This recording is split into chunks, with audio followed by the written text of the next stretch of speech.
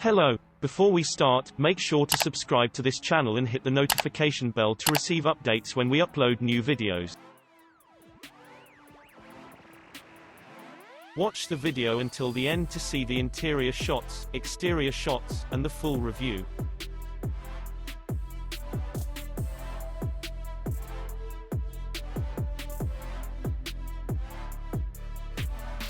For the XC40 Recharge T5's not-so-inconsiderable price tag, you get a pretty impressive powertrain and a high-quality cabin. If a plug-in hybrid fits in with your lifestyle, and do check first, this Volvo is a sound choice. Low tax rates are a bonus and offset the high-ish price and need to plunder the options list.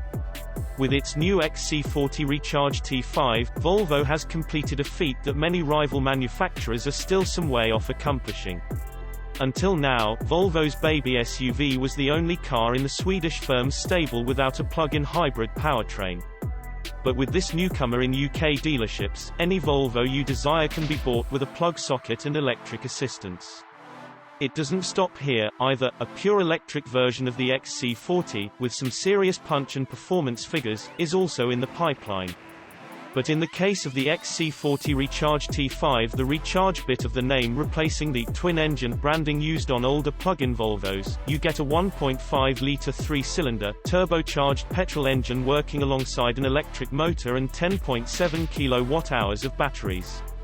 The batteries line the car's spine, which leaves the standard car's 460 litres of boot space unaffected and maintains the XC40's status as a small premium SUV that's just about practical enough to be used as an everyday family car. All power is sent to the front wheels, with maximum output rated at 258 bhp and 425 Nm of torque. It's difficult to be unimpressed with the powertrain in action. With all that battery assistance, the 3-cylinder motor feels like it lives a relatively unstrained life, but it's capable of a proper turn of pace. Volvo's claimed 7.3 seconds 0 to 62 miles per hour time isn't to be sniffed at, owing to the strong reserves of torque the XC40 Recharge can muster, and it does it with so much refinement too. Only at the very fringes of the engine's rev band does it begin to err towards slight harshness, and it spends the vast majority of its time spinning away unobtrusively. It feels much bigger and more mature than the number of cylinders would lead you to believe, and the way it interacts with the electric motor and battery is seamless.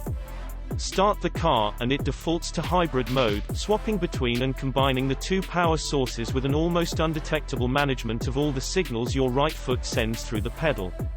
The only real weak point in the whole package is the brake recuperation, which feels a little scrappy and jumpy when you bring the car to a complete standstill. It's possible to run the XC40 Recharge on battery power alone, by selecting the pure drive mode.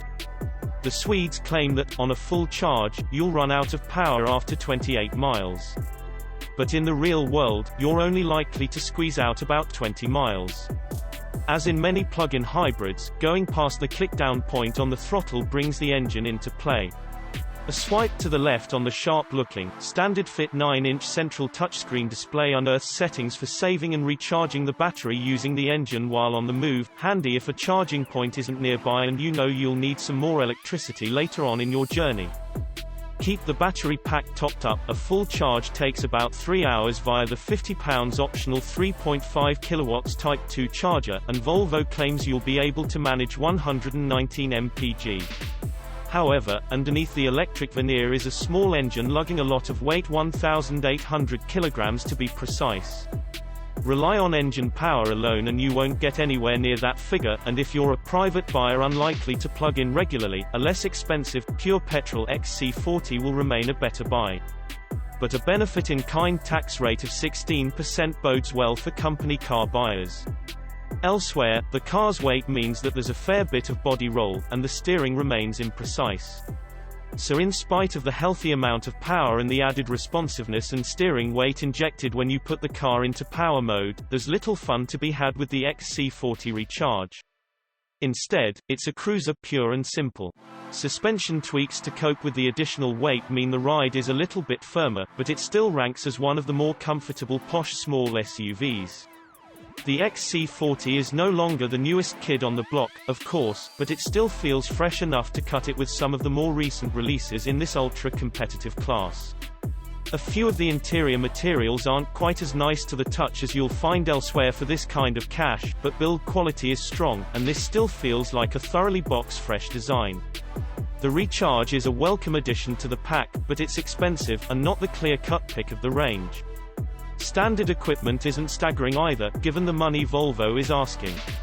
Some niceties such as Volvo on-call assistance and AP SIM card for constant internet connection are part of the default package. But everyday conveniences like Apple CarPlay and Android Auto are optional, as are heated front seats, a heated windscreen and adaptive cruise control.